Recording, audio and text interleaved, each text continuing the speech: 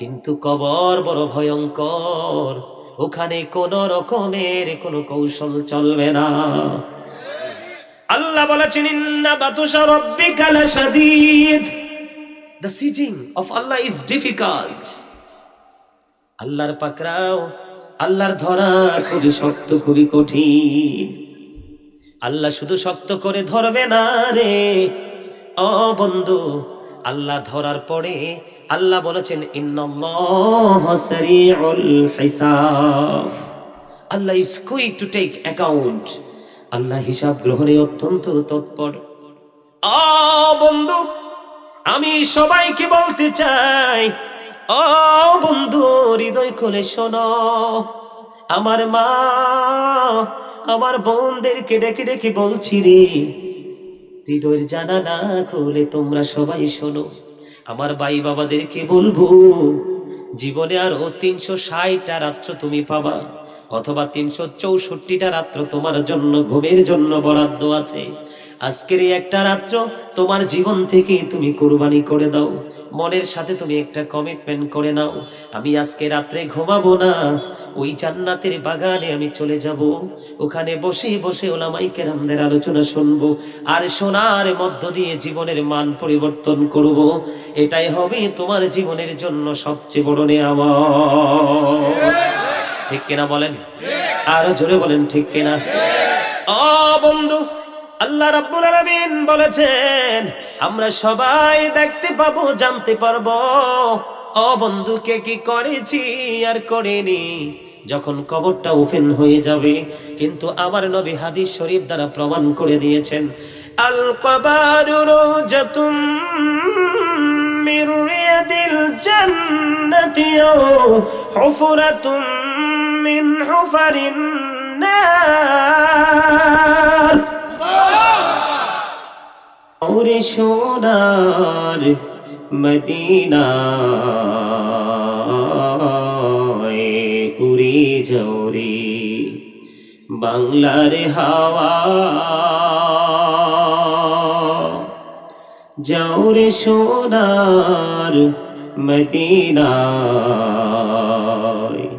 এই মজলিসের সালাম খানি পৌঁছে দিও নবীজির পাকের আওয়াজায়। আল্লাহুম্মা সাল্লি আলা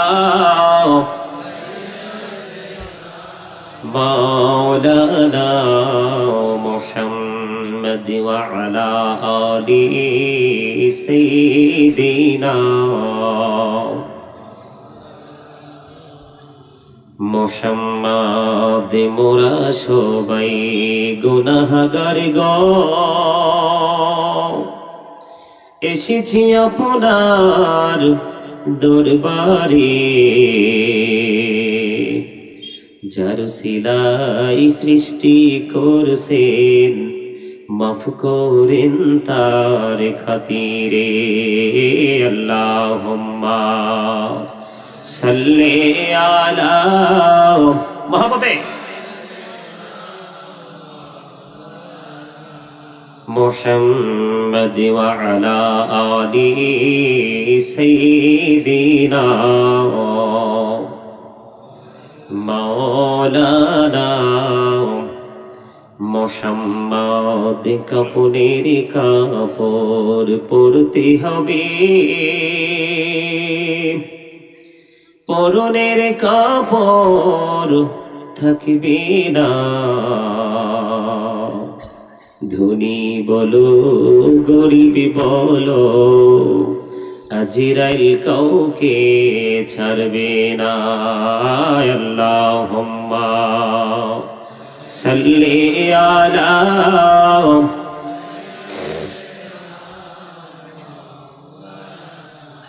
মুহাম্মদ ওয়া আলা আলি সাইয়্যিদিনা মাওলানা মুহাম্মদ। মরণ যেদিন হবে তোমার, কেউ হবে না সাথী, আর আধার ঘরে থাকতে হবে, কেউ দিবে না বাতি। আল্লাহুম্মা সাল্লি আলা মাওলানা মুহাম্মদ ওয়া আলা আলি সাইয়্যিদিনা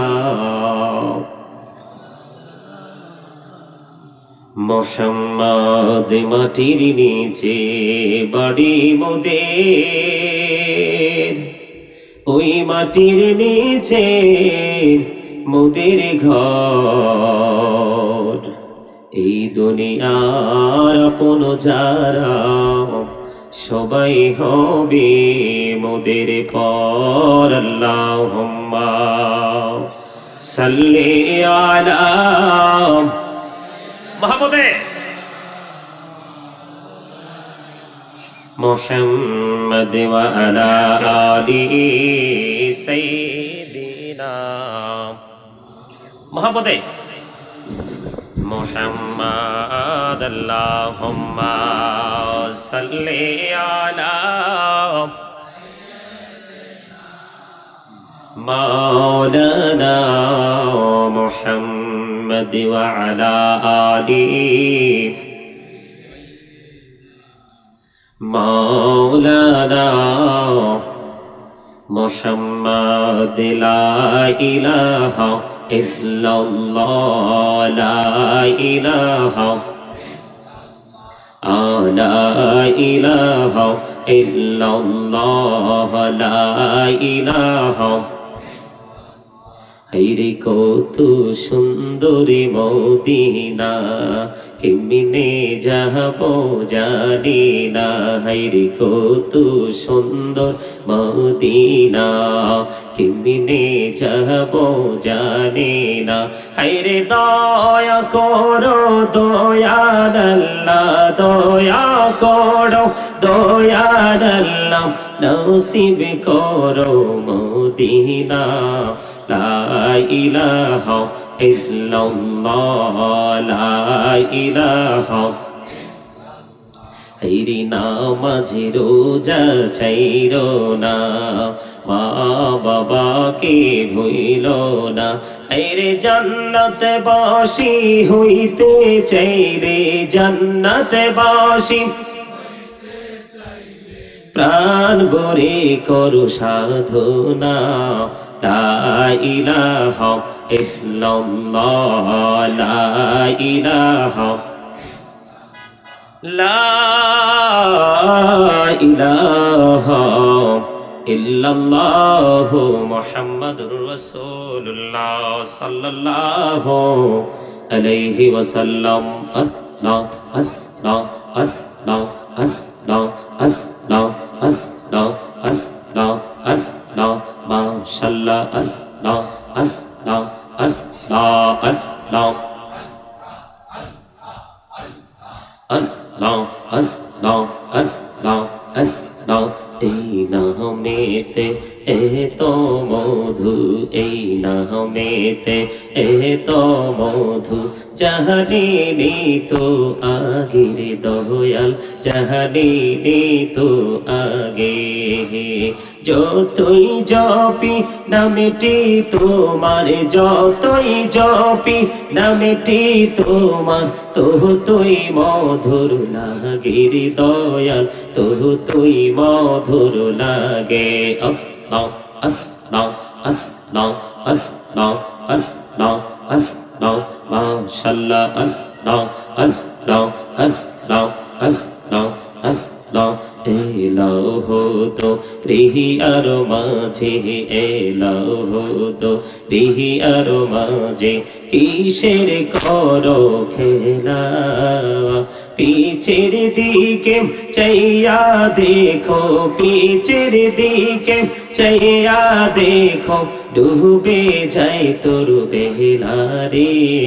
আল্লাহ আল্লাহ আল্লাহ আল্লাহ আল্লাহ আল্লাহ আল্লাহ আল্লাহ মাশাআল্লাহ। আল্লাহ আল্লাহ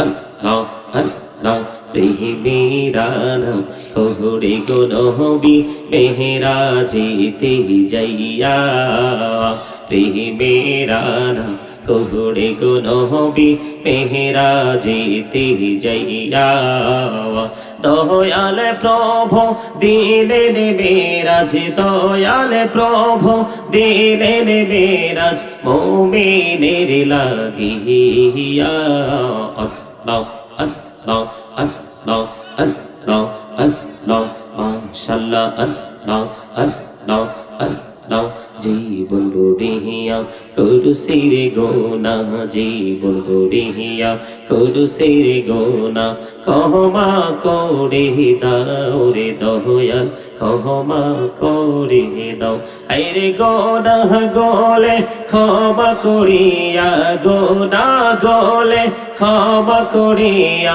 কবুল করে নাও রে দয়াল কবুল করে নাও Allah, Allah, La ilaha illallah Muhammadur Rasulullah sallallahu alayhi wasallam সম্মানিত উপস্থিত উলামায়ে কেরাম দূর দূরান্ত থেকে আগত মেহমানবৃন্দ আমার যুবক ভাইয়েরা পর্দার অন্তরালে আছেন আমার মা ও বোনেরা এবং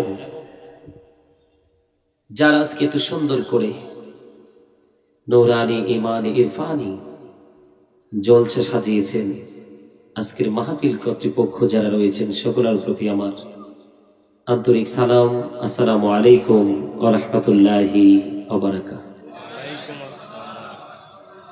সম্মানিত উপস্থিতি আপনারা কি মাহফিলে আসতে পেরে খুশি না সবাই না সবাই আসলে খুশি হতে পারেননি সবাই কে বলছে দুরূদ যে পড়ছি সবাই তো দুরূদ পড়েন নাই আবার জিকির করলাম সবাই কিন্তু জিকিরও সুন্দরভাবে করেননি এটা কিন্তু 100% সম্মানিত উপস্থিতি আমি দুটো বিষয়ের উপর আলোচনা করার খেয়াল নিয়ে এসেছি কিন্তু তার আগে যেহেতু অনেক দূর থেকে এসেছি আমার বাড়ি কিন্তু কুমিল্লা জেলার একদম লাস্ট বর্ডার মানে আমার পরে আর বাংলাদেশ নাই আমার বাড়ি থেকে বের হইলেই কিন্তু বিএসএফ এর ক্যাম্প দেখা যায় এত দূর থেকে এসেছি আসলে সাধারণ মানুষ তো এখন পৃথিবীর প্রেমে মুগ্ধ পৃথিবীর প্রেমে পাগল আল্লাহ রাব্বুল আলামিন এই যে আমার সামনে কালামে হাকিম আছে আল্লাহ রাব্বুল আলামিন পবিত্র কালামে হাকিম সূরা আলে ইমরান 185 নম্বর আয়াতের শেষ অংশে স্পষ্টভাবে তিনি বলে দিয়েছেন ওয়াল হায়াতুদ দুনিয়া ইল্লা মাতাউল গুরুর এই দুনিয়ার জীবনটা একটা ধোঁকা ছাড়া কিছুই নয় প্রতারণা ছাড়া কিছুই নয় জোরে জোরে বলুন আল্লাহু আকবার আর একটু জোরে আল্লাহ বলে দিয়েছেন কবরটা যখন ওপেন হবে কি হবে কবরটা যখন ওপেন হয়ে যাবে আমরা প্রত্যেকেই জানতে পারবো কে কি করেছি আর কি করিনি প্রত্যেকেই দেখতে পারবো বুঝতে পারবো এটার মধ্যে বিন্দু পরিমাণ কোনো সন্দেহ বলেছে কে আল্লাহ সন্দেহ করা যাবে না পৃথিবীর বুকে বন্ধু আত্মীয় স্বজন দিয়ে আপন মামা খালু দিয়ে টাকা দিয়ে টেলিফোন দিয়ে বিভিন্ন কৌশল অবলম্বন করে ব্যতিক্রম বিকল্প রাস্তা খুঁজে বের করা যায় কিন্তু কবর বড় ভয়ঙ্কর ওখানে কোন রকমের কোনো কৌশল চলবে না আল্লাহ বলেছেন ইন্না বাতুশা রাব্বিকা লাশাদীদ The sieging of Allah is difficult আল্লাহর পাকড়াও আল্লাহর ধরা খুবই শক্ত খুবই কঠিন আল্লাহ শুধু শক্ত করে ধরবে না রে ও বন্ধু আল্লাহ ধরার পরে আল্লাহ বলেছেন ইন্নাল্লাহা সারিউল হিসাব আল্লাহ is going to take account আল্লাহ হিসাব গ্রহণে অত্যন্ত তৎপর ও বন্ধু আমি সবাইকে বলতে চাই ও বন্ধু, হৃদয় খুলে শোনো, আমার মা আমার বোনদেরকে ডেকে ডেকে বলছি রে, হৃদয়ের জানালা খুলে তোমরা সবাই শোনো। আমার ভাই বাবাদেরকে বলবো, জীবনে আরো 360টা রাত্র তুমি পাবা, অথবা 364টা রাত্র তোমার জন্য ঘুমের জন্য বরাদ্দ আছে। আজকের এই একটা রাত্র তোমার জীবন থেকে তুমি কুরবানি করে দাও, মনের সাথে তুমি একটা কমিটমেন্ট করে নাও, আমি আজকে রাত্রে ঘুমাবো না, ওই জান্নাতের বাগানে আমি চলে যাব, ওখানে বসে বসে ওলামায়ে কেরামদের আলোচনা শুনবো, আর শোনার মধ্য দিয়ে জীবনের মান পরিবর্তন করব। এটাই হবে তোমার জীবনের জন্য সবচেয়ে বড় নেয়ামত। ঠিক কিনা বলেন? আরো জোরে বলেন ঠিক কিনা? ও বন্ধু, আল্লাহ রাব্বুল আলামিন বলেছেন আমরা সবাই দেখতে পাবো, জানতে পারবো ও বন্ধু কে কি করেছি আর করেনি যখন কবরটা ওপেন হয়ে যাবে। কিন্তু আমার নবী হাদিস শরীফ দ্বারা প্রমাণ করে দিয়েছেন, আল কবরু রওজাতুম মির রিয়াদিল জান্নাতি হুফরাতুম মিন হুফারিন নার। কবরটা জান্নাতের একটা বাগান, জান্নাতের একটা টুকরা হবে, জাহান্নামেরও একটা গর্ত হবে। আপনাকে আমাকে আমরা নিজেরাই বন্ধু সিদ্ধান্ত নিতে হবে, আমরা কি আমাদের কবর, আমরা কি আমাদের বর্জকে জীবনকে সুখের করব না দুঃখের করব? যদি বন্ধু সুখের করতে চাই রে, অবশ্যই আমাদেরকে হক্কানি আলেম, হক্কানি আল্লাহর ওলিদের সাথে সম্পৃক্ত থেকে জীবন চালাইতে হবে, তাহলে আমাদের জীবনের মান পরিবর্তন হবে, অন্যথায় কোনোভাবেই সম্ভব না। ও পিছরিয়ার মানুষ, ইসলামের তৃতীয় খলিফা হযরতে ওসমান রাদিয়াল্লাহু তাআলা আনহু যখন তিনি কবর দেখতেন, এত বেশি কান্না করত, মনে হতো যেন ওনার চোখ দুইটা ঝর্ণা হয়ে গেছে। ওনাকে যখন প্রশ্ন করা হলো, ও খলিফাতুল মুসলিমিন, আপনি কেন গো কান্না করেন? যখন আপনার সামনে হাসর নিয়ে আলোচনা হয়, জাহান্নাম নিয়ে আলোচনা হয়, আপনি তখন এত বেশি কাঁদেন না। কবরের কথা শুনলে, কবর দেখলে আপনি এত বেশি কান্না করেন।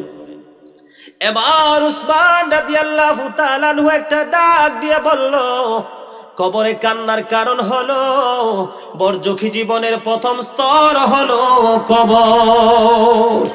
এই জায়গায় যে জিতে যাবে তার সবগুলো জায়গায় ইজি হয়ে যাবে, এই জায়গাটাতে সে বিপদগ্রস্ত হয়ে যাবে, তার বাকি পুরো সময় পুরো স্টেপ তার জন্য বিপজ্জনক হয়ে যাবে।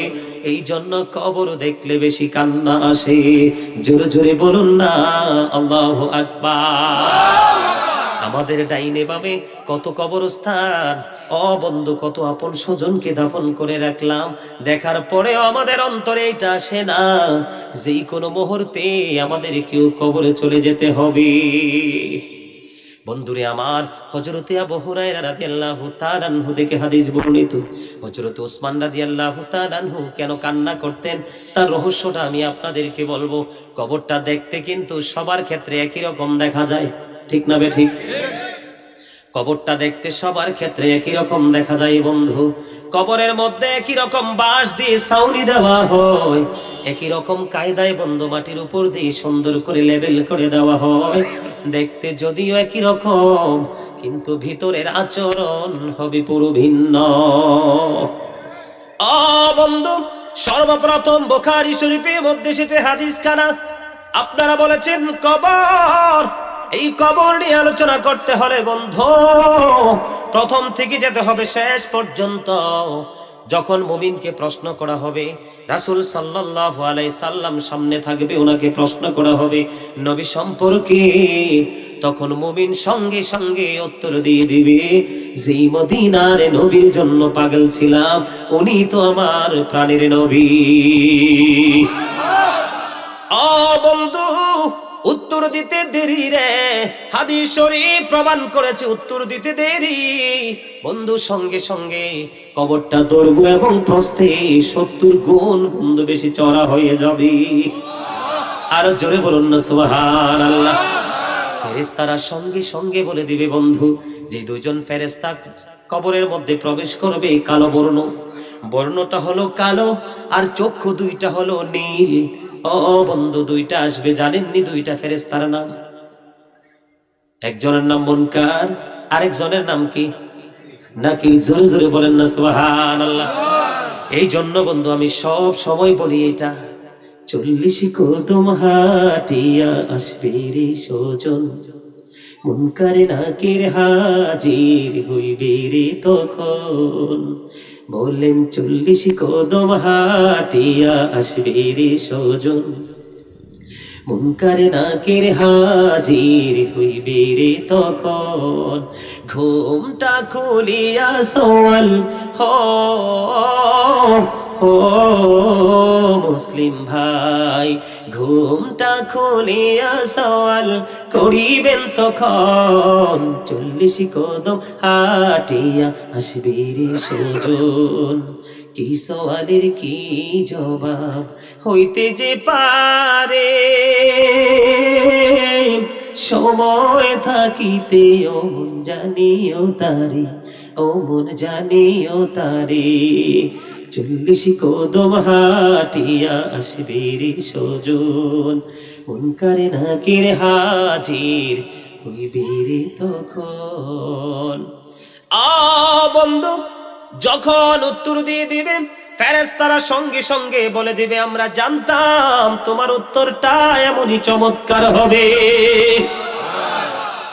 বন্ধু হাদিস শরীফের ভাষা অনুযায়ী বলছি, আমার কোনো ভাষা নাই বন্ধু। তখন ওই গায়েব থেকে ফেরেশতাদের কাছে আওয়াজ চলে আসবে, বন্ধু তখন বলে দেওয়া হবে, তার কবরটা জান্নাতের নেয়ামতে বরাদ্দ করে দাও। আমরা দেখি 3.5 হাত মাটির ঘর, এই 3.5 হাত মাটির ঘর বন্ধু মুমিনের জন্য 3.5 হাত থাকবে না, লম্বাতে বন্ধু এইভাবে দুই দিক দিয়ে 70 গুণ বন্ধু চড়া হয়ে যাবে। জোরে জোরে সুবহানাল্লাহ। এবার ওই মুমিন ফেরেশতাদেরকে ডাক দিয়ে বলবে, রে ফেরেশতারা অনুরোধ করছি রে, আরো একবার পৃথিবীর বুকে ফিরে যাওয়ার সুযোগ করে দাও। তখন বন্ধু মুমিন উত্তর দেবে সঙ্গে সঙ্গে, না রে না, আর তো পৃথিবীতে ফিরে যাওয়ার কোনো সুযোগ নাই, কিন্তু তুমি কেন গো আবার ফিরে যেতে চাও?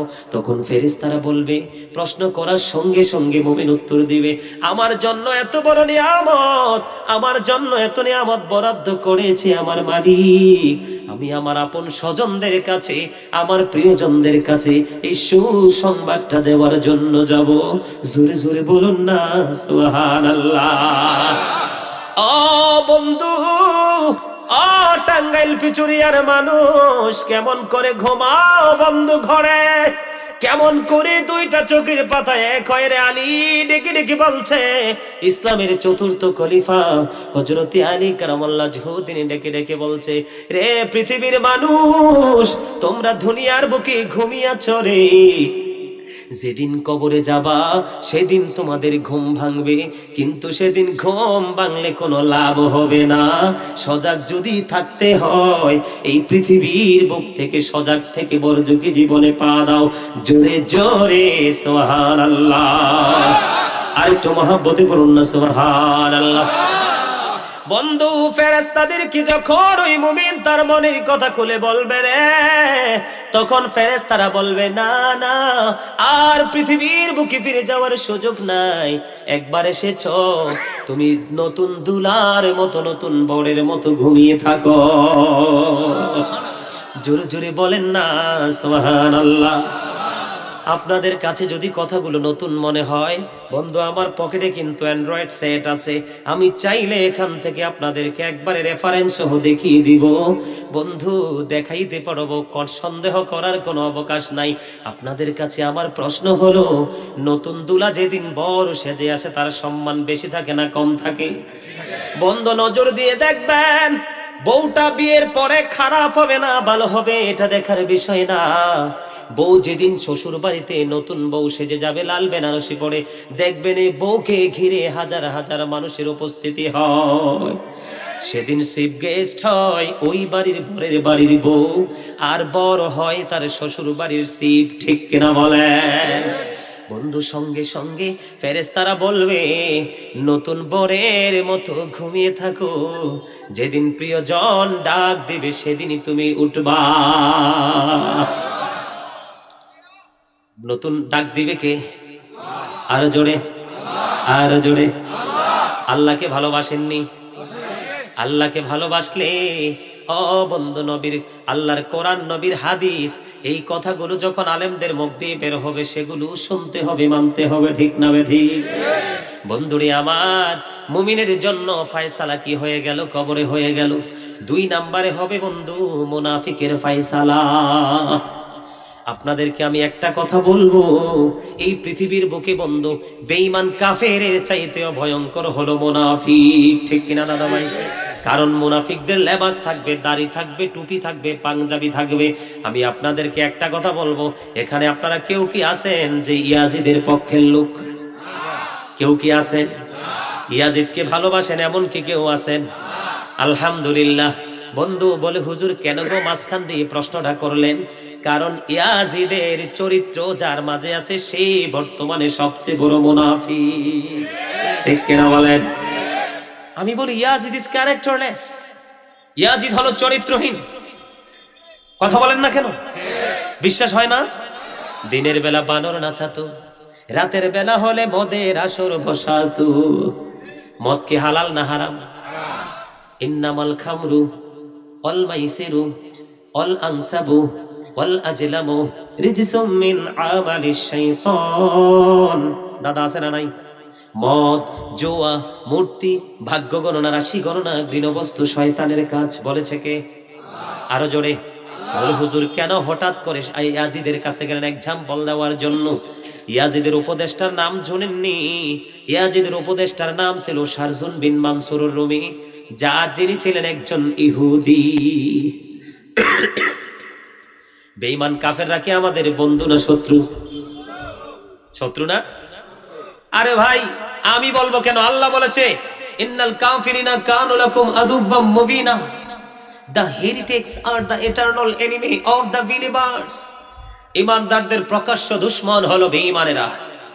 নাউযুবিল্লাহ বলেন না কেন? আরে আরো জোরে। মুসলমান বেঈমানকে ফলো করছে, এর চেয়ে বড় লজ্জাস্কর আর কিছুই হতে পারে না। বন্ধু বলে ইয়াজিদের কাছে আসলেন কেন? ইয়াজিদ কিন্তু মসজিদ ভাঙে নাই, মাদ্রাসা ভাঙে নাই, মুখে ছিল ইসলামের কথা আর অন্তরে ছিল ইসলামকে ধ্বংস করার পায়তারা। এটাই হলো মুনাফিকের চিহ্ন। কথা যখন বলবে মিথ্যা বলবে, ওয়াদা যখন দিবে বন্ধু সেটা ভঙ্গ করে দিবে, আমানত যখন আপনি রাখবেন তখন সে খেয়ে ফেলবে। Believers love the prophet. নবী বলেছেন ঈমানদাররা আমি নবীকে ভালোবাসবে। Hypocrites don't love the prophet. মুনাফিকরা আমি নবীকে ভালোবাসবে না। ওমা ঠিক না ঠিক বলেন না কেন? The hypocrites will be in the lowest place of hell. মুনাফিকরা জাহান্নামের একবারে সর্বনিম্ন স্তরে থাকবে। ইন্নাল মুনাফিকিনা ফিদ দারকিল আসফালি মিনান নার। আল্লাহ কোরআনে ইনশিওর করে দিয়েছেন বন্ধু। এতগুলো কথা বললাম বন্ধু একটা জায়গা বোঝানোর জন্য বন্ধু।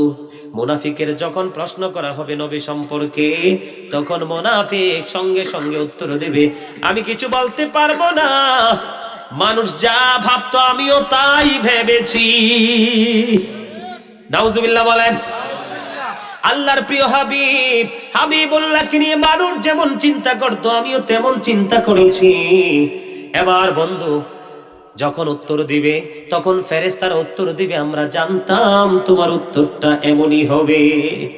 এবার বন্ধু মাটিকে অর্ডার দেওয়া হবে, মাটি রে এমন ভাবে চাপ দাও চতুর্দিক থেকে বন্ধু। হাদিস শরীফ প্রমাণ করেছে মুনাফিককে যখন প্রশ্ন করা হবে, মুনাফিক যখন উত্তর দিবে গ্রহণযোগ্য হবে না।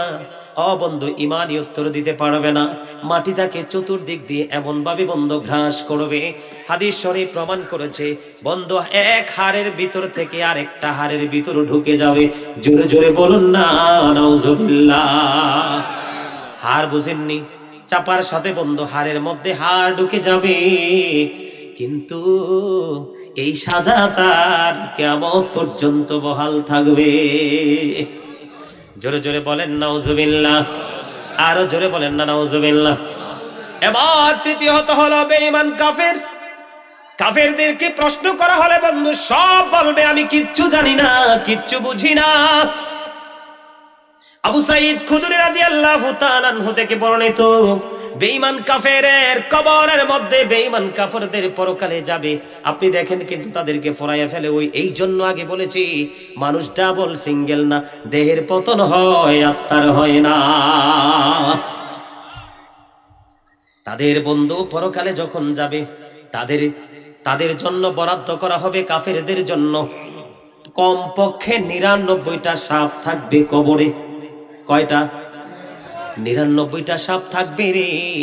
ও বন্ধু, এক একটা সাপ এত বেশি বিষাক্ত হবে, কিয়ামত পর্যন্ত শুধু সবল মারতে থাকবে, এত বেশি বিষাক্ত হবে। ওই সাপ যদি আপনার পৃথিবীর দিকে নজর দিয়ে একটা বার নিঃশ্বাস ফালাই রে, ও বন্ধু, পৃথিবীর মাটি ফসলের অনুপযোগী হয়ে যাবে, মানে পৃথিবীর মাটিতে কোনো ফসল জন্ম হবে না। জোরে জোরে বলেন না নাউজুবিল্লাহ, আরো জোরে। আমাদের কি চিন্তা করতে হবে, ইমানদার হওয়ার নাকি ওই দলে যাওয়ার? আরো জোরে। ইমানদার হইতে হলে শুধু ঈমান নিয়ে বসে থাকলে হবে না। কি শুধু ঈমান নিয়ে বসে থাকলে হবে না, আমাদের আমল ও বন্ধু টেকসই রাখতে হবে।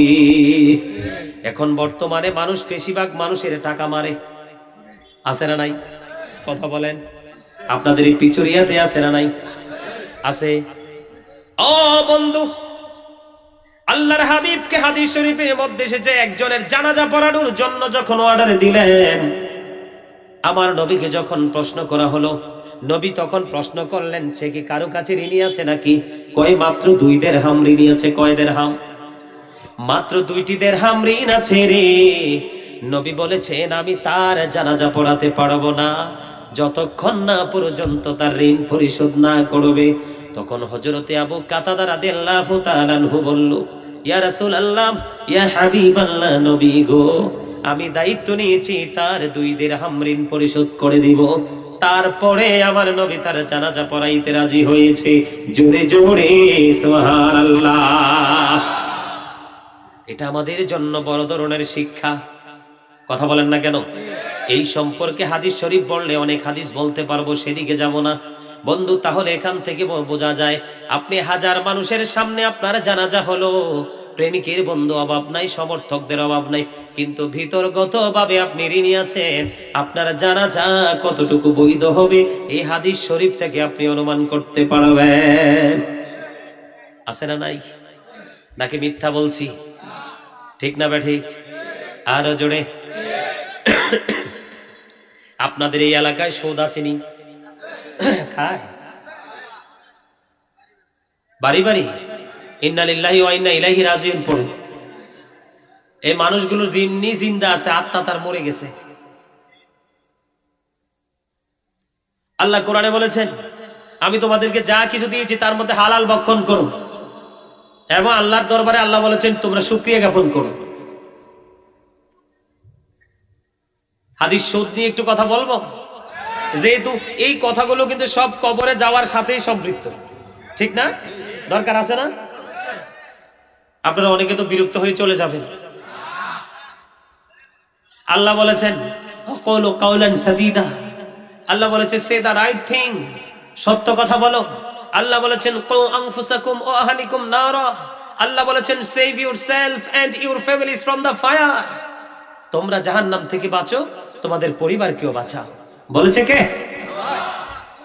আমি আপনাদেরকে বাঁচানোর জন্য বন্ধু বলবো, যদিও এখানে সুদ খাওয়ার মতো মানুষ থেকে থাকেন, ঘুষ খাওয়ার মতো মানুষ থেকে থাকেন, তারপরেও বলবো বন্ধু রাগ করিয়েন না। রাগ না করে আমার কথাগুলো বন্ধু শোনেন। হাদিস শরীফের যতগুলো রাবি আছে এর মধ্যে সবচেয়ে বড় মধুর হলো হযরতে আবু হুরায়রা রাদিয়াল্লাহু তাআলা আনহু। ঠিক কিনা বলেন? হযরতে আবু হুরায়রা রাদিয়াল্লাহু তাআলার নাম বেশি শোনেন না আপনারা? কথা বলে না। 12টা নি বাজতেছে। ওমা, আচ্ছা টাইম আসলাম তো, অল্প একটু সময় হয়েছে না? আর গরিরা তো একটু দুষ্টামি শুরু করছে আজকে, নাকি না? সময় ঠিকই গেছে, দেখছেন? প্রেমের সময় এমনই। আমি চাই আপনাদেরকে আলোচনা শোনাইতাম, আর আপনারা চান বাড়ি গিয়ে ঘুমাইতেন, তো কেমনে হইলো?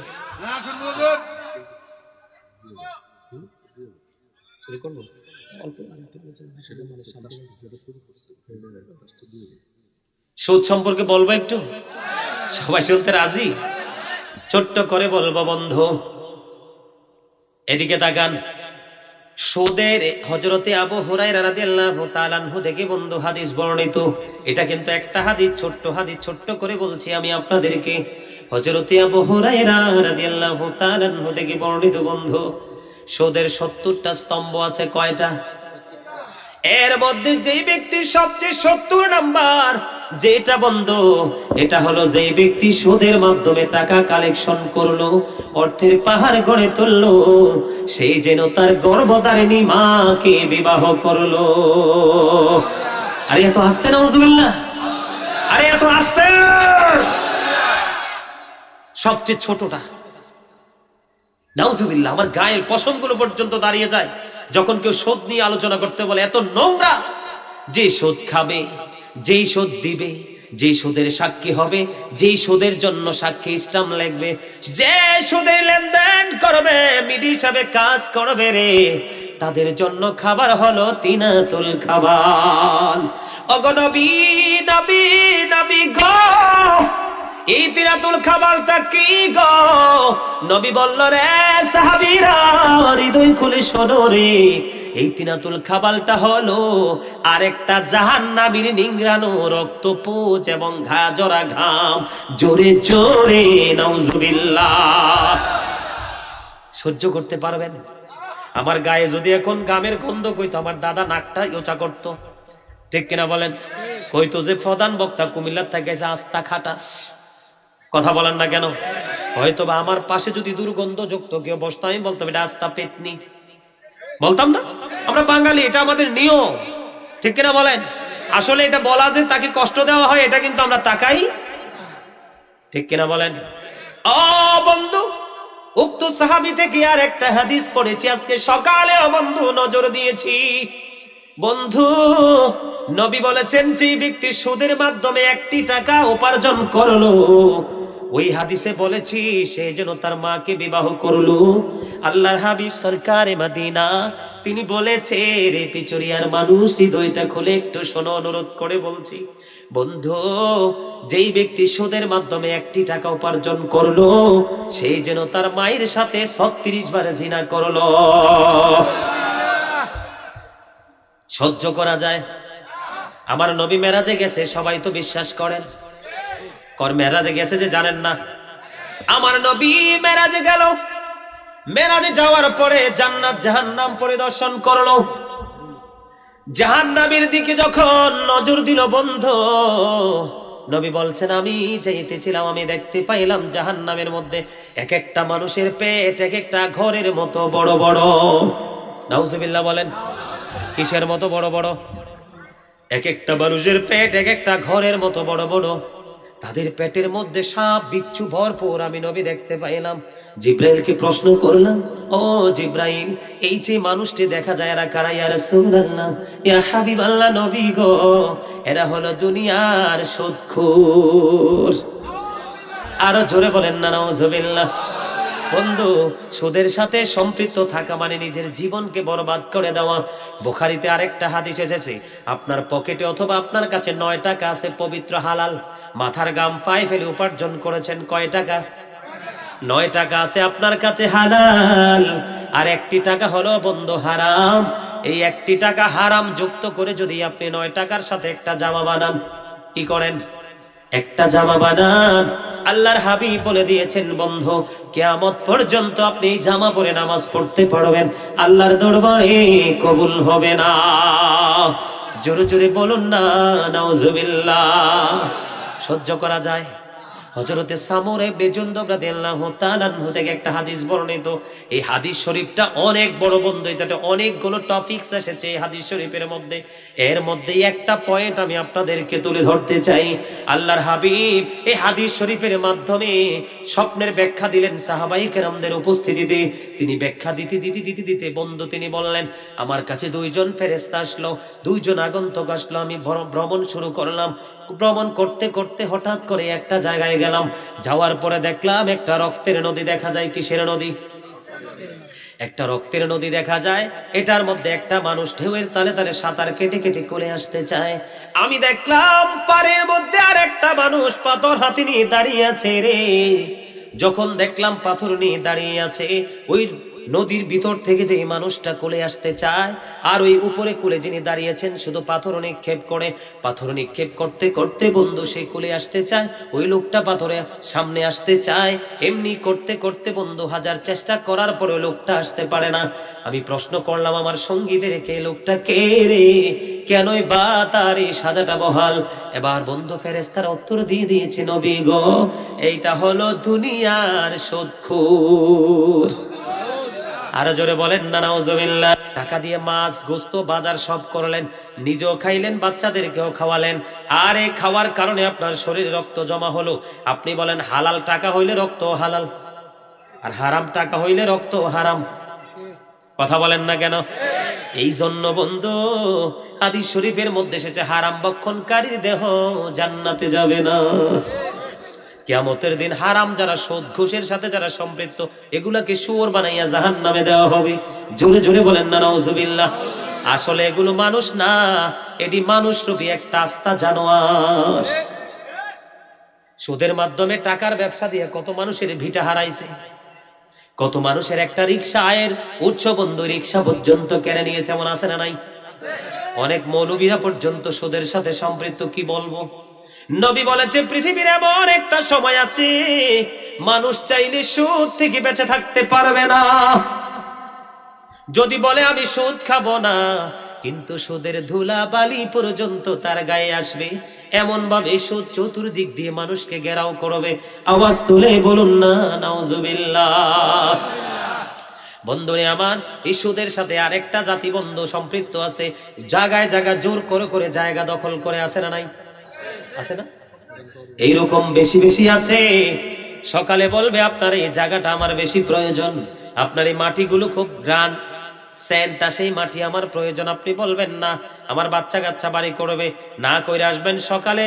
বন্ধু পরের দিন সকালে যায় দেখবেন বালু দিয়া ভরপুর করে দিয়েছে, আপনার জায়গা চিনার উপায় নাই। বর্তমানে বাংলাদেশে এমন ভূমিদস্যু আছে না নাই? ছোট্ট একটা হাদিস শরীফ বলবো, আল্লাহর হাবিব বলেছেন, কেউ যদি জোর করে কোনো মানুষের কাছ থেকে 1 বিঘা পরিমাণ জায়গা দখল করে রে, তাহলে বন্ধু তার গলার মধ্যে 7টা পৃথিবী মালা বানাইয়া ঝুলাইয়া দেওয়া হবে। এটা বহন করে করে তোমাকে কবর থেকে হাসর সারা জীবন তোমার এটা কি করতে হবে? জোরে বলেন না নাউজুবিল্লাহ। আমাদের দেশে ঘুষখোর, সিটার বলেন, বাটপার বলেন, টাউট বলেন, সুদখোর বলেন, এই লোকগুলোর সমর্থক আছে না নাই? আরেকটা ছোট্ট হাদিস শরীফ থেকে বন্ধু একটা তথ্য এদিকে তাকান। অন্যায়কারী, অপরাধী, জালেম যারা, নির্যাতন যারা মানুষের উপর করে মজা পায়, ওই সমস্ত মানুষগুলোর কিন্তু লাঠিয়াল বাহিনী থাকে, সাপোর্টার থাকে, আছে না নাই? আল্লাহর হাবিব বলেছেন, তুমি 500 টাকা, কয় টাকা? 500 টাকার জন্য, 1000 টাকার জন্য, অথবা তোমার আজকের দিনের চাহিদা মেটানোর জন্য তুমি কি করলা? ওই জালেম, ওই অন্যায়কারী, অত্যাচারীকে তুমি সাপোর্ট দিয়ে গেলা। আল্লাহর হাবিব বলেছেন, এই অন্যায়কারী, অত্যাচারী, জালেম জানার পরেও ওই ব্যক্তিটা কি করলো? তাকে সাপোর্ট দিয়ে গেল। আল্লাহর হাবিব বলেছেন, তাকে সাপোর্ট দেওয়া মানে হলো সঙ্গে সঙ্গে ইসলাম থেকে খারিজ হয়ে যাওয়া। মানে আপনি জানেন সে অপরাধী, অন্যায়কারী, তারপর আপনি তাকে সাপোর্ট দিচ্ছেন, আপনি কি করলেন? ইসলাম থেকে খারিজ। এই মনে রাখবেন, এদিকে তাকান। আল্লাহ বলেছেন, ইন্নাল্লাহা লা ইয়াজলিমুন নাসা শাইয়্যান ওয়ালাকিন্নান নাসা আনফুসাহুম ইয়াজলিমুন। আল্লাহ বলেছেন, আল্লাহ doesn't wrong his slave, we are the ones who do wrong। আল্লাহ বলেছেন, আল্লাহ আল্লাহর বান্দার উপর অত্যাচার করে না, বান্দা নিজেই নিজের উপর অত্যাচার করে। আল্লাহু লা ইউহিব্বুজ জালিমিন। আল্লাহ বলেছেন, আল্লাহ অত্যাচারীদেরকে ভালোবাসেন না। ওমা লিয-যালিমিনা মিন আনসার। আল্লাহ বলেছেন জালেমরা যখন বিপদে পড়বে আমি তাদের জন্য কোনো সাহায্যকারীও রাখি নাই। জানেন এই পৃথিবীতে বিভিন্ন কৌশল অবলম্বন করে, রাস্তা অবলম্বন করে আমরা বের হতে পারি, কিন্তু পরকালটা অত্যন্ত ভয়ঙ্কর। আল্লাহ বলেছেন লা ইয়ামুতু, মরার কোনো সুযোগ নাই, ফিহা ওয়ালা ইয়াহইয়া, বাঁচারও কোনো সুযোগ নাই, ওয়া মা হুম আনহা বিগাইবিন, পালাইবারও কোনো সুযোগ নাই। কথা কি বুঝতেছেন? দেখছেন নি কইছি না, কথা কইতে লাগলে আস্তে আস্তে চলে যাবে।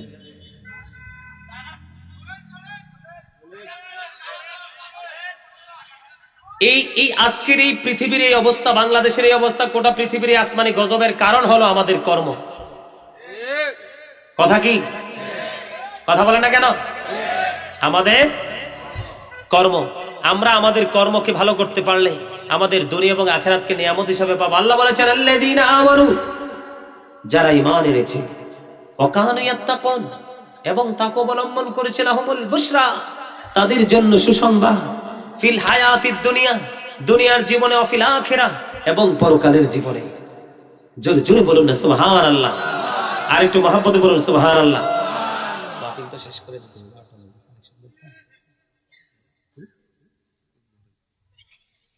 সম্মানিত উপস্থিতি, আমি আপনাদেরকে বিনীতভাবে অনুরোধ করছি, দয়া করে একটু ধৈর্য ধরে বসেন।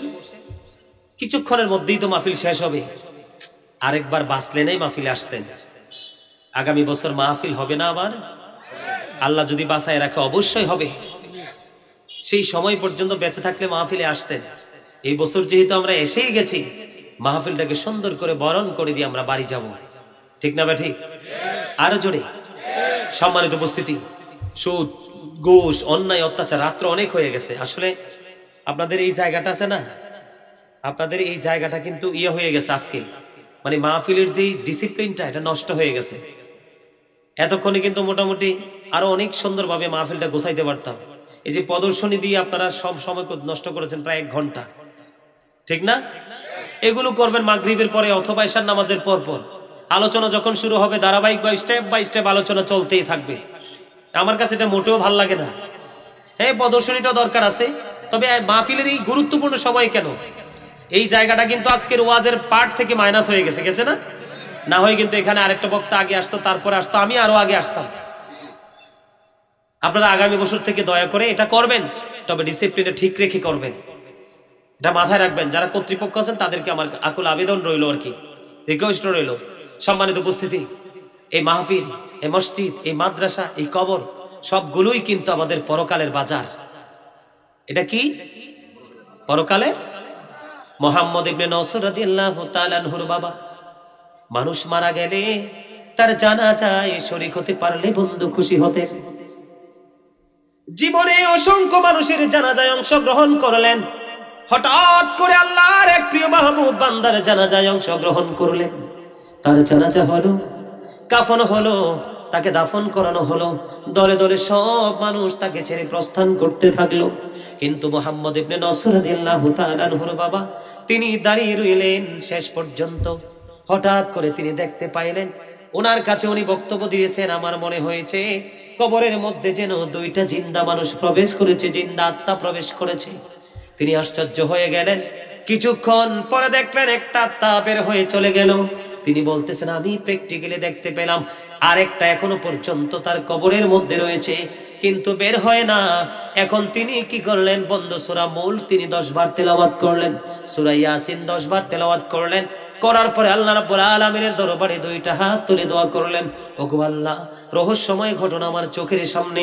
এই রহস্যময় ঘটনা কেন হলো? এই রহস্য আমি জানতে চাই।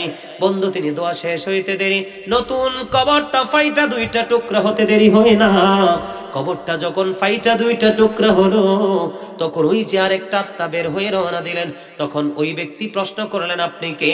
কয়, আমি পৃথিবীর কোনো মানুষ নই, আমি আল্লাহ রাব্বুল আলামিনের রহমতের ফেরেশতা। আজকে যাকে কবরে দাফন করা হয়েছে, উনি এমন একজন আল্লাহওয়ালা, এমন একজন বুজুর্গ, যেই ব্যক্তি কবরে রাখার সঙ্গে সঙ্গে তাকে প্রশ্ন করা হবে। সে যদি প্রশ্নের জবাব দিতে না পারে, আমরা যেন তার প্রশ্নের জবাব শিখিয়ে দিতে পারি, সেই জন্য আল্লাহ তারে কবরে পাঠিয়েছে। নেক কাজ, নেক কর্ম আমাদের জন্য এত বেশি নিয়ামত, এত বেশি বরকত। আমাদের সেই কবরের দিকে চিন্তা করে আমরা কিন্তু এই যে আমাদের এই দুনিয়াতে যত কাজ কর্ম আছে সবগুলো একটু সুন্দর করে চিন্তা করে করা উচিত, ঠিক না ঠিক? সম্মানিত উপস্থিতি, আমার কাছে কমিটির লোক একটু অনুরোধ করেছেন, হুজুর কবরস্থান মাদ্রাসার জন্য একটু কালেকশন করে দিবেন। আচ্ছা, আপনারা কি এই কবরস্থান এবং এই মাদ্রাসার জন্য কি একটু দান করতে রাজি আছেন? সবাই সবাই ওই দেখবেন কিন্তু উঠতে আস্তে আস্তে যাইব। আপনারা যদিও দরুদ পড়েছেন, আওয়াজটা ছিল একেবারে স্লো, এই জন্য বলেছি সবাই খুশি হতে পারেননি। আচ্ছা বলুন তো, আল্লাহ রাব্বুল আলামিন কি আপনাকে আমাকে জবান দিয়েছে চা দোকানে বসে বসে গল্প করার জন্য, শপিং মলে গিয়ে গিয়ে অপ্রাসঙ্গিক কথা বলার জন্য? বাজার বলেন, সৌমনি বলেন, যেটাকে বলা হয় একটা কোলাহল পরিবেশ, এই কোলাহল পরিবেশে গিয়ে অপ্রয়োজনীয়, অগ্রহণযোগ্য, অপ্রাসঙ্গিক কথা বলার জন্য জবান দিয়েছে? তাহলে কি জন্য দিয়েছে?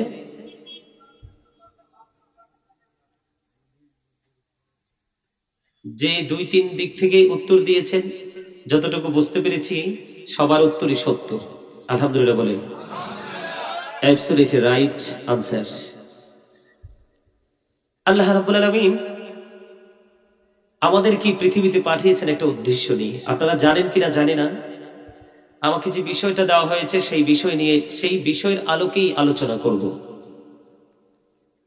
সম্মানিত উপস্থিতি, এই যে প্র্যাকটিক্যালি দেখতে পান, এই যে আমরা সারিবদ্ধভাবে বসে আছি, আপনারা একটু আগায় বসেন, দাদা আর একটু সামনের দিকে বসেন, একটু সামনের দিকে আগায় বসেন দাদা ভাই, পিছনে যারা আছেন সামনে চলে আসেন, একটু সামনে এইভাবে।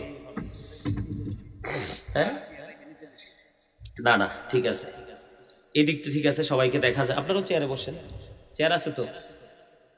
সম্মানিত উপস্থিতি, এই যে প্র্যাকটিক্যালি একজন আরেকজনকে দেখতে পাই অথবা কথা বলি, একজন আরেকজনকে কি বলি আমরা? উনি একজন মানুষ, আমি একজন মানুষ, উনি একজন মানুষ, আমরা সবাই মানুষ, তাই না?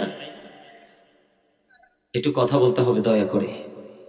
আমি কিন্তু আপনাদের জন্য আজকে নেয়ামত, এটা কি জানেন? আমি যদিও মানুষ, আমি কিন্তু আজকে আপনাদের জন্য 100% নেয়ামত, 1%ও কম নই। বলে হুজুর কোন দিক দিয়ে? এক দিক দিয়ে আমি হলাম আপনাদের মেহমান, আরেক দিক দিয়ে আমি একজন মুসাফির। আপনাদের কি দোয়ার দরকার নাই? আপনাদের কাছে, আল্লাহর কাছে কি কোনো কিছু চাওয়ার নাই? আমি আজকে প্রাণ খুলে দোয়া করব, আল্লাহ রাব্বুল আলামিন হয়তো বা আজকে তো কবুল করে নিতে পারে।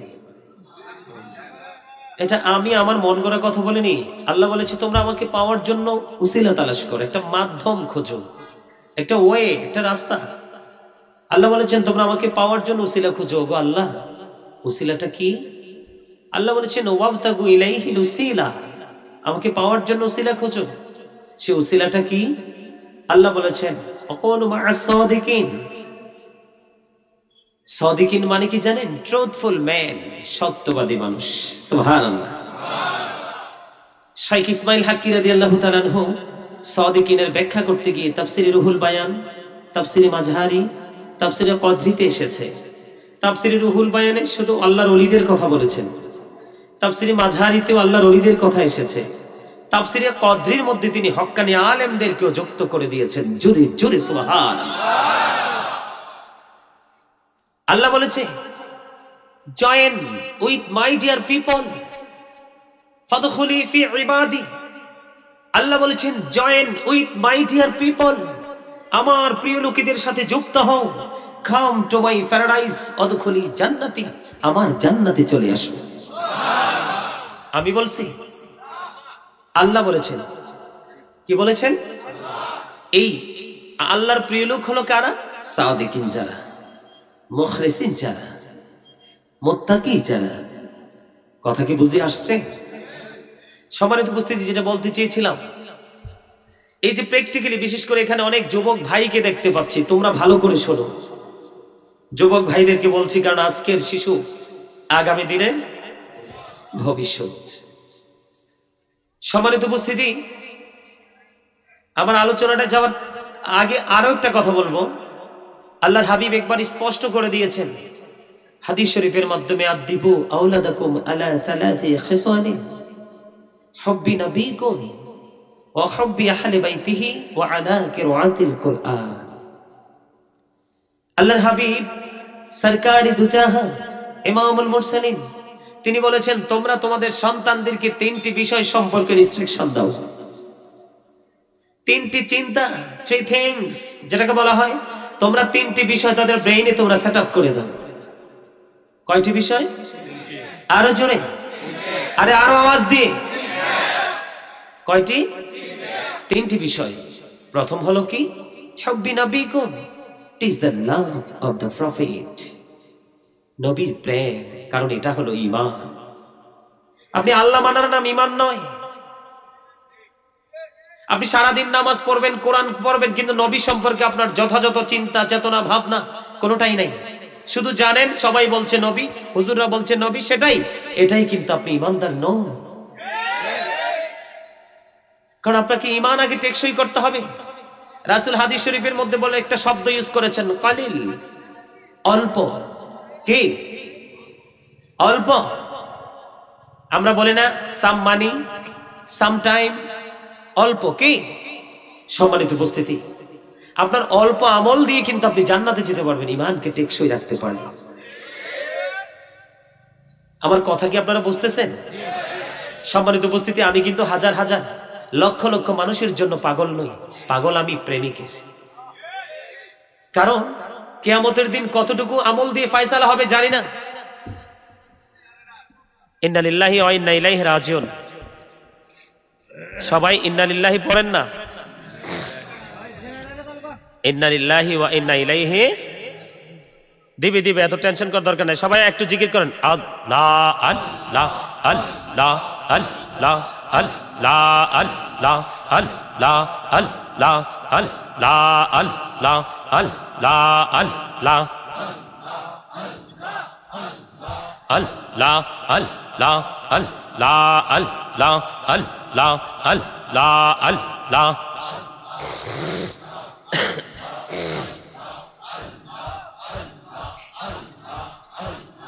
Allah Allah Allah Allah Allah Allah Allah Allah Allah Allah Allah Allah Allah Allah Allah Allah Allah Allah Mahabbote Allah Allah Allah Allah La ilaha illallah Muhammadur Rasulullah sallallahu alayhi wasallam Alhamdulillah bolen ekটু আর একটু জোরে All praise is to Allah সমস্ত প্রশংসা কার আর জোরে কার আল্লাহর দরবারে শুকরিয়া জ্ঞাপন করে শেষ করতে পারবেন আহা আমাদের বিবেক আমরা এতটাই সেন্সলেস এতটাই বিবেকহীন নিজে আমার সম্পর্কে পর্যন্ত গবেষণা করার সময় নেই পৃথিবী আমাকে এত পাগল করে দিয়েছে আপনি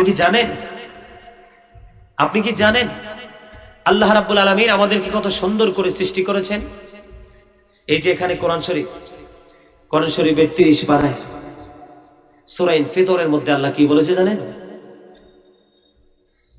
ফি আই সূরাতিন মা শাআ রাক্কাবাক সবার আল্লাহু আকবার মজা হয় নাই আচ্ছা বলুন তো লবণ ছাড়া কি খাবার খাওয়া যায় কেন You are great, my dear brother. Absolutely right. খুব চমৎকার ভাবে একদম খুব চমৎকার ভাবে উত্তর দিয়ে দিয়েছেন স্বাদ হয় না লবণ না দিলে খাবার যত ভালো মশলা যত বড় বাবুর্চি যত ভালো কিছুই দেন না কেন খাবারে কিন্তু লবণ নাই তো আর স্বাদ যদি না লাগে এই যে জিহ্বা এটা একটা গোশতের টুকরা এটা এত একটা হার্ড রাডার এটাতে সেটিং করা আছে এখানে লাগাইতে দেরি টাচ করতে দেরি সে কিন্তু এটাকে কি করতে পারবে সে সাথে সাথে আইডেন্টিফাই করে নেবে এটা কি বর্ডার ক্রসিং হবে নাকি না হবে, ঠিক কিনা বলেন? ইয়েস অর নো, একটা এখানে আসতে দেরি, সে কিন্তু ডিসাইড করতে দেরি করবে না। সম্মানিত উপস্থিতি, বোঝানোর জন্য বলছি, লবণ ছাড়া যেমন খাবার স্বাদ হয় না, ঠিক তেমনি প্রেম ছাড়াও কিন্তু আমল মজা লাগে না। আপনি কোনো না কোনো প্রেমে পড়তেই হবে। এই যে আপনি জীবনের জন্য তো যুদ্ধ করতেছেন জীবনকে ভালোবেসে, কিন্তু আপনারা কি একবারও ভেবেছেন? আমি যেটা বলতে চেয়েছিলাম ধারাবাহিকভাবে সেখানে আসবো, আপনারা বুঝে নেবেন। সম্মানিত উপস্থিতি, ওয়াজ আলোচনা হচ্ছে বিবেকবান মানুষের জন্য, বিবেকহীন মানুষের জন্য নয়, বুদ্ধিমান মানুষের জন্য, বুদ্ধিহীনের জন্য নয়। না আমার কিছু লাগবে না, লাগবে না কিছু, শুরু থেকে শেষ পর্যন্ত একদমই কিছু লাগবে না। সম্মানিত উপস্থিতি, যেটা বলতে চেয়েছিলাম, রাসূল কি বলেছেন? হুব্বি নবিকুম, it is the love of the prophet. নবীর মহব্বত শিখাও, সুবহানাল্লাহ। আরেকটু মহব্বতে কি শিখাও? নবীর প্রেম। 2 নম্বরে এসেছে হুব্বি আহলে বাইতিহি, টিচ ফ্যামিলি লাভ। নবীর পরিবারের ভালোবাসা শিখাও, আহলে বাইতের ভালোবাসা শিখাও। ওয়া আলা কিরাআতিল Quran, learn to recite the holy Quran, Quran তেলাওয়াত শিখাও। আরে আরো জোরে। আচ্ছা আপনারা সুবহানাল্লাহ বলতে তো কষ্ট পান কেন? যেটা বলতে চেয়েছিলাম, আপনাদেরকে কি আল্লাহ এই মানে শক্তি দিয়েছে, জবান দিয়েছে? আচ্ছা আপনাদের এদিকে কি কোনো বোবা মানুষ আছে? দেখছেন? বোবা মানুষ এদিকে না থাকুক, অন্য জায়গায় কোথাও দেখেছেন? তারা কি কথা বলতে পারে? কেন? তাদের বাক শক্তি নেই। কেন জানেন? এই যে এখানে একটা জিহ্বা আছে, আলা জিহ্বা বলি আমরা বাঙালিরা, কি বলি? ছোট একটা জিহ্বা আছে। সম্মানিত উপস্থিতি, আমার পৃথিবী কত সুন্দর, আমার বাক স্বাধীনতা আছে, শক্তি আছে। আর ওই বোবা মানুষের বাক শক্তি না থাকার কারণে তার জন্য পৃথিবীটাই অন্ধকার, তাকে কেউ বুঝে না, বোঝার চেষ্টাও করে না। কিন্তু আমাদের বাক শক্তি আছে, স্বাধীনতা আছে। এই স্বাধীনতা কোথায় প্রয়োগ করেছি সেটা একবার কি ভেবেছি? কথা বলেন, ভেবেছি? ভাবি নাই। আমি একটু আগে যে আয়াতটা তেলাওয়াত করেছিলাম, আল্লাহ রাব্বুল আলামিন কি বলেছেন? ফি আই সূরাতিন মা শাআ রাক্কাবাক। আরো জোরে। আল্লাহ কি বলেছে জানেন? আল্লাহ ক্রিয়েটেড দ্য মাইন্ড, আল্লাহর মন মতো করে আমাদেরকে সৃষ্টি করেছেন। আরে আরো জোরে। একবার কি ভেবেছেন আল্লাহর মন মতো মতো চলতে পেরেছেন? চিন্তা করেছেন? তাহলেই তো হেরে যাওয়ার সম্ভাবনা রয়েছে বেশি। সম্মানিত উপস্থিতি, আমি আমার মূল আলোচনায় যেতে চাই। আল্লাহ আমাদেরকে সুন্দর করে পাঠিয়েছেন, সুন্দর করে আকৃতি দিয়েছেন, গঠন প্রণালী, যেটাকে ইংলিশে বলা হয় বিউটিফুল শেপ। কিন্তু সেই সুন্দর পথে কিন্তু আমরা চলি না। কেন? পৃথিবীর জন্য। আল্লাহ বলেছেন পৃথিবী আমাদের দুনিয়ার জীবন ধোঁকা, প্রতারণা ছাড়া কিছুই নয়। তবে হ্যাঁ, সবার পৃথিবী কিন্তু ধোঁকা, সবার জন্য দুনিয়া ধোঁকা নয়। সম্মানিত উপস্থিতি, যেটা বলতে চেয়েছিলাম মনে আছে কিনা? মানুষ প্র্যাকটিক্যালি একজন আরেকজনকে মানুষ বলে জানি এবং চিনি। এই মানুষে আল্লাহ কোরআনে মানুষের নাম রেখেছে কি জানেন? নাস। আল্লাহ কখনো বলেছেন ইয়া ইউহান নাস, আবার কখনো বলেছেন ইয়া ইউহাল ইনসান। কখনো বলা হয় নাস, আবার কখনো বলা হয় ইনসান। ইংলিশে কি বলা হয় জানেন? কখনো ম্যান, আবার কখনো পারসন। এটা হলো চামড়ার বডি, যেটা এটার নাম। এই যে প্র্যাকটিক্যালি দেখতেছেন আপনি, আমি, আমরা সবাই, এটা হলো কি? চামড়া দিয়ে মাথা থেকে পা পর্যন্ত যেটা মোড়ানো, সেই মানুষের নাম হলো মানুষ। প্রত্যেকটা মানুষ কিন্তু ডাবল, সিঙ্গেল কেহই নয়। যেদিন সিঙ্গেল হবে সেদিন কিন্তু আমি বলবো he is dead and she is dead. কথা বলেন না কেন? পুরুষ হোক নারী হোক, দুজনে কিন্তু মৃত। যেদিন সিঙ্গেল হবে সেদিন। যতদিন ডাবল থাকবো ততদিনই কিন্তু আপনি আমি মানুষ, নাস ইনসান, ম্যান, পারসন, ঠিক কিনা? ভিতরে আরেকটা মানুষ আছে, সেই মানুষের নাম আল্লাহ কোরআনে রেখেছেন রূহ। ইংলিশে এটাকে বলা হয় সোল, বাংলাতে বলা হয় আত্মা। অলির রূহু মিন আমরি রব্বি, say the soul is the order of my Lord. আত্মাটা হলো আল্লাহর ওয়ার্ডার, আল্লাহর নির্দেশ। ফার্স্ট টেন্স আলমিয়া রোহা, প্রেজেন্ট টেন্স পৃথিবী, ফিউচার টেন্স অর্জুক, কবর থেকে পুরো জীবনটা। এই ফিউচারকে কে কে ব্রাইটনেস করতে চান, মানে ভবিষ্যৎকে কি আলোকিত দেখতে চান? ওমা, আপনি আপনার কবরের জীবন, বাকি জীবনকে কি আপনি আলোকিত দেখতে চান না? তো আমি বললাম হাত তোলেন না কেন? সবাই কে কে কে কে হাত তুলে দেখান, সোজা করে সোজা করে সোজা করে সবাই। আলহামদুলিল্লাহ। কেন বললাম জানেন? সংক্ষিপ্ত আকারে এই আমার যে বিষয়, সেই বিষয় এটা কিন্তু কবরবাসীর স্মরণীয় মাহফিল। কি বলেন দাদা ভাই? এটা কি কবরবাসীর স্মরণীয় মাহফিল? এই যে দেহ এবং রূহ, এই যে ডাবল পার্সন, যখন আপনার আমার দেহ থেকে পাখি বের হয়ে যায়, তখন কিন্তু মানুষ বলে এটা একটা মরা দেহ, ডেড বডি। কিন্তু জীবনে কোনোদিন কি শুনেছেন ডেড সোল বলতে? মানে মরা আত্মা। এই এই এই শব্দ দ্বারা সম্বোধন করতে কেউ কি কোনোদিন শুনেছেন? কেউ শুনেনি। কারণ আত্মার কোনো ক্ষয় নেই, আত্মার কোনো বিনাশ নেই, আত্মার কোনো মরণ। সম্মানিত উপস্থিতি, একদিন কি দেহ থেকে প্রাণ পাখি যাবে না? নাকি চিরকাল থাকবে? থাকবে।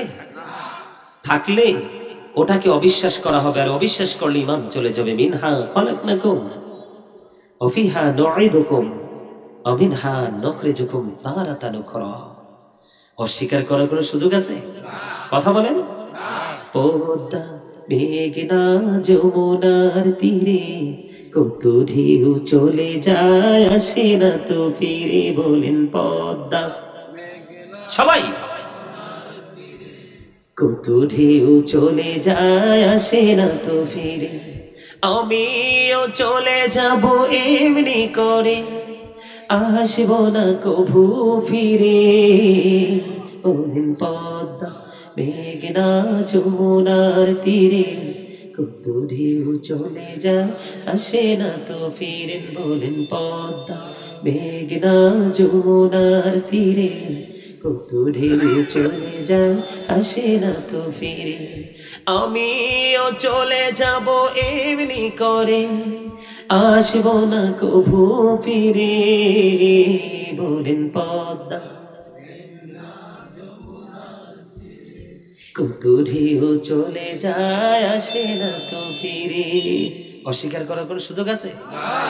যখন তোমার কেউ ছিল না তখন ছিলাম আমি, এখন তোমার সব হয়েছে, পর হয়েছি আমি।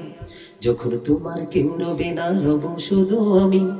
আমার কাছে আসতে হবে, মনে রেখো তুমি। তোরা চাসনি কিছু, তোরা চাসনি কিছু কারো কাছে খোদার মদদ ছাড়া। অন্যের ওপর ভরসা ছেড়ে নিজের পায়ে দাঁড়া। ঠিক কি না? আরে আরো জোরে! খবর রাখেন কি কিছু? দেহ থেকে যেদিন আত্মাটা বের হয়ে যাবে, তখন আপনি আমি আমরা সবাই মৃত্যু। হাজার ঝড় তুফান বৃষ্টি আমার জীবনে আমি দেখেছি, কবরে হাঁটু সমান পানি, পানির উপরে কিন্তু লাশ রেখে চলে এসেছে। সেটার জন্য কি তার সন্তান আপনজন প্রস্তুত ছিল? ছিল না। কিন্তু লাভ কি লাভ হবে? আমি অন্যজনকে দোষে, সব পেয়েছি আমি আমার আপন কর্ম দোষে। মানে বোকার মতো স্বপ্ন দেখা।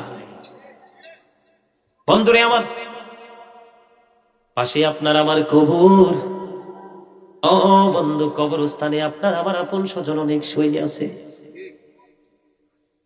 রে পিছুরি আর মানুষ, হৃদয়ের জানালা খুলে তোমরা সবাই শোনো গো বন্ধু, কবর বড় ভয়ঙ্কর। এই কবরে যাওয়া ছাড়া কারো কোনো উপায় নাই রে। এই কবরে কোনো না কোনো ভাবে বন্ধু যেতে হবে। যেদিন কবরে যাবে রে, সেই দিন প্রত্যেকটা মানুষ জানতে পারবে, দেখতে পারবে, বুঝতে পারবে কে কি করেছে আর কি করেনি। আল্লাহ রাব্বুল আলামিন অত্যন্ত চমৎকার ভাষায় তিনি বলে দিয়েছেন, وَإِذَا الْقُبُورُ بُعْثِرَتْ عَلِمَتْ نَفْسٌ مَا قَدَّمَتْ وَأَخَّرَتْ। আরো জোরে বলেন আল্লাহু আকবার, আরো জোরে। এই জবান কি দিছে আল্লাহ অপ্রয়োজনীয় অপ্রাসঙ্গিক কথা বলার জন্য, ভালো মন্দ খাওয়ার জন্য? আরে না, আল্লাহ জবান দিয়েছে। আল্লাহ বলেছেন ফাযকুরুনি আযকুরুকুম। আল্লাহ বলেছেন remember me then I will remember you. তোমরা আমাকে স্মরণ করো, আমি তোমাদেরকে স্মরণ করব। কোথায় আছেন? কিসের নেশায় আছেন? কোন চিন্তায় বিভোর হয়ে আছেন? একটু চিন্তা করা যায় না? দেখেন, মানুষের মেন্টালিটি দেখলে অবাক হয়ে যায়। এত সুন্দর সাজানো গোছানো মনোরম পরিবেশ দেখলে চক্ষু শীতল হয়ে যায়, কিন্তু এটার মধ্যে মানুষ আসতে চায় না। তার কারণ কি জানেন? Satan is the eternal enemy of the believers. Inna shaytana lakum aduwwun fattakhizuhu aduwwa. শয়তান আমাদের প্রকাশ্য শত্রু বলেছে কে? আল্লাহ। শত্রুকে শত্রু বলেই গণ্য করতে হবে। বন্ধু ভাবা বাহির এবং ভিতরের মধ্যে ডিসটেন্স কোনটা জানেন? ঈমান থাকা এবং না থাকা, প্রেম থাকা এবং না থাকা, চিন্তিত মানুষ এবং চিন্তাহীন মানুষ। এটা কিন্তু শয়তান কিন্তু সবাইকে গায়েল করতে পারবে না, পারবে? আল্লাহ কোরআন স্পষ্ট করে দিয়েছেন, ইন্না কাইদা শাইতানি কানা দাঈফা। Satan deception is very weak. শয়তানের ধোঁকা মুমিনের জন্য একেবারে দুর্বল। শয়তানের ধোঁকা, শয়তানের কৌশল মুমিনের জন্য একেবারে দুর্বল। মুমিনকে হাজার চেষ্টা করেও শয়তান আটকাতে পারবে না। তার প্রমাণ হলো জান্নাতের বাগান আর বাহিরে যারা আছে তারা, ঠিক কিনা বলেন? অথবা এখানে মাহফিলের আঙ্গিনা যারা আছে, ঘরে আছে তারা। সম্মানিত উপস্থিতি, ইয়াউমা লা ইয়ানফাউ মালু ওয়ালা বানুন ইল্লা মান আতাল্লাহ বিকলবিন সালিম। কিয়ামতের দিন আপনার ধন সম্পদ সন্তান সন্ততি কিচ্ছু কাজে লাগবে না, তবে হ্যাঁ, যিনি সুস্থ অন্তর নিয়ে যাবে সে ব্যতীত। তার মানে আপনি যদি সুস্থতা নিয়ে যেতে পারেন তাহলে আপনার কারো হেল্পের কোনো প্রয়োজন হবে না, কিন্তু যদি আপনি সুস্থ হয়ে না যেতে পারেন আপনার কিন্তু উপায়। সম্মানিত উপস্থিতি, হাদিস শরীফের মধ্যে এসেছে, আল্লাহর হাবিব একদিন সাহাবায়ে কেরামদেরকে, আমরা যেরকম বসছি এরকম সাহাবায়ে কেরামদেরকে প্রশ্ন করলেন, তোমাদের মধ্যে এমন কি কেউ আছো যে নিজের সম্পদের চাইতে ওয়ারিসের সম্পদ বেশি পছন্দ করো? তখন সাহাবায়ে কেরাম উত্তর দিলেন, ইয়া রাসূলুল্লাহ, আমাদের মধ্যে এমন কেউ নাই যে নিজের সম্পদের চাইতে ওয়ারিসের সম্পদ বেশি পছন্দ করে। এবার আমার নবী পুনরায় আবার বলতে থাকলেন, আমার নবী বললেন, তোমাদের মাঝে এমন কেউ নাই যে নিজের সম্পদের চাইতে ওয়ারিসের সম্পদ বেশি পছন্দ করে। নবী বলেছেন, মৃত্যুবরণ করার আগে যা তোমরা আল্লাহর পথে ব্যয় করে যাবে এগুলোই তোমাদের সম্পদ, যা তোমরা রেখে যাবে সবগুলো হলো ওয়ারিসের সম্পদ। তার মানে আপনার ধন দৌলত, টাকা পয়সা, বাড়ি গাড়ি, সোনা গয়না যা কিছু রেখে যাবেন এই সবগুলো হলো আপনার ওয়ারিসের সম্পদ। আপনি মরার পরে এগুলাতে আর মালিকানা খাটাইতে পারবেন না। আপনি যা দান করবেন তাই হলো আপনার সম্পদ। এই জন্য দুনিয়াতে চলার পথে যদিও জানি বাংলাদেশের অবস্থা ভালো না, মানুষের ইনকাম ভালো না, ইনকামের তুলনায় খরচ বেশি, তারপরেও তো মরতে হবে, ঠিক না? তারপরেও কি হবে? মরতে হবে। মরার পরে আপনার এই বাজারটা কি লাগবে? কাজে লাগবে, ঠিক না ঠিক? সম্মানিত উপস্থিতি, এই কবরস্থান এবং মাদ্রাসার জন্য আপনারা কি কেউ দান করতে রাজি আছেন? সর্বপ্রথম কে দান করবেন আল্লাহর রাস্তায়? যে আমি কি অ্যামাউন্টটা বলবো না, সর্বপ্রথম একজন দাঁড়ান যে হুজুর আমি এই মাদ্রাসা দাঁড়ান, এই ক্লোজ করো।